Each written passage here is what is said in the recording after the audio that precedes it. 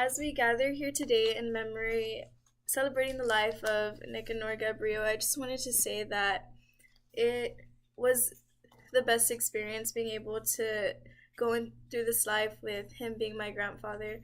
And it's honestly such a blessing to be able to talk for him as of right now.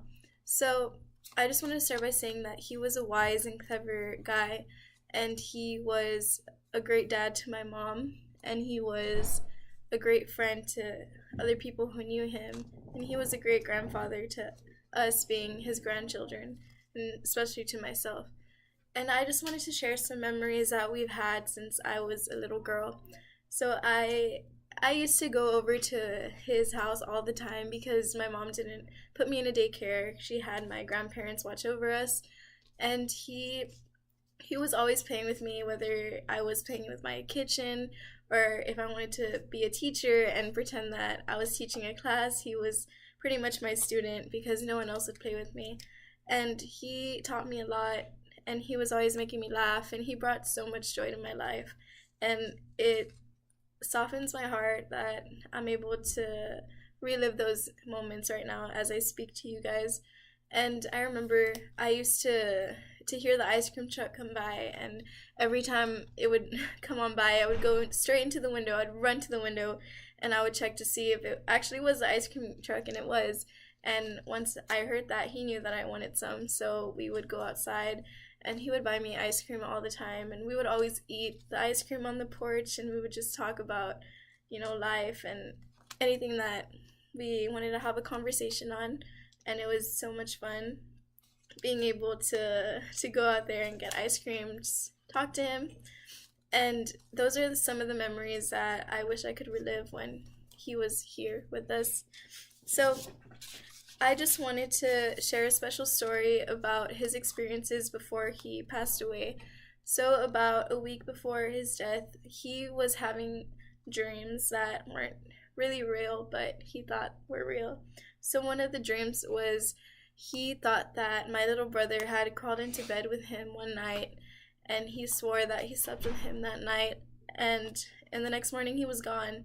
So we were just thinking, no, my brother was at my house at the time when he was sleeping that night. So we were just really confused, and we thought maybe he's just losing his memory, or maybe he thought that that happened somewhat a week ago when it didn't happen. So we were just very confused. But then he had a second dream, and that second dream he had a dream that he went out with his friend to the bar, and he had a great time. And that's one of the memories that he had when he was in his younger 20s. So he was pretty much reliving experiences from when he was younger, and we picked that up pretty quickly, and we were thinking, wow, that's awesome. Like he's able to actually live those memories again.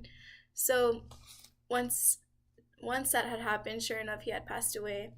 And it's pretty cool because God gave him the opportunity to go back and rethink of the good times that he had, and that's something that I pretty much would appreciate if that were to happen to me when I'm older. So I thought that was pretty cool to share. So some of the things I do on behalf of my grandpa is I go to church more often. So ever since his death, I decided I wanted to learn more about God, and I wanted to know where he was, and I wanted to know if he was actually watching over my family and I, and as well as my cousins, because it was a hard time for us when he passed away. He's actually the first death in my family, and I just think that it's pretty cool being able to know where he is. So every time I go to church, I feel the presence of God. I feel that there is a heaven. I believe that because of him. And he was actually a deacon back then, so he was strong in his faith as well. So that gave me a very strong faith foundation to believe in, and to know that he's with us every step of the way. One of the things that allowed me to get into the business field was through him.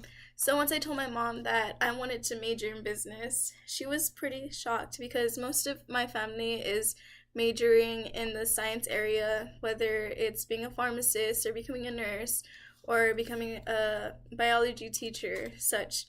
So my grandpa was actually one of the only ones in our family that was majoring in accounting. And once I told my mom I wanted to major in accounting, she was like, "That's what your grandpa did. That's exactly what he did." So being able to go into that field and think about him is honestly a blessing because it makes me feel that I have that gift from him. And I know that he's with me, watching over me at the moment, and it's it's honestly the best feeling that I could ever imagine. And as I conclude my ceremony, I just wanted to bring up a verse that he believed in. And I still, to this day, believe in that verse. And every time I hear that verse, I think that he's watching over me every step of the way. So this is from the book of Psalms 23, verse 4. It's even though I walk through the valley of the shadow of death, I will fear no evil. For you are with me, your rod and your staff, they comfort me. Every time I hear that, I think that He is with me every step of the way, and no matter what obstacles, tribulations, trials I go through, I know that He's going to be with me every step of the way. And even though life gets hard sometimes, we all need to manage to push through and know that we only have one life to live.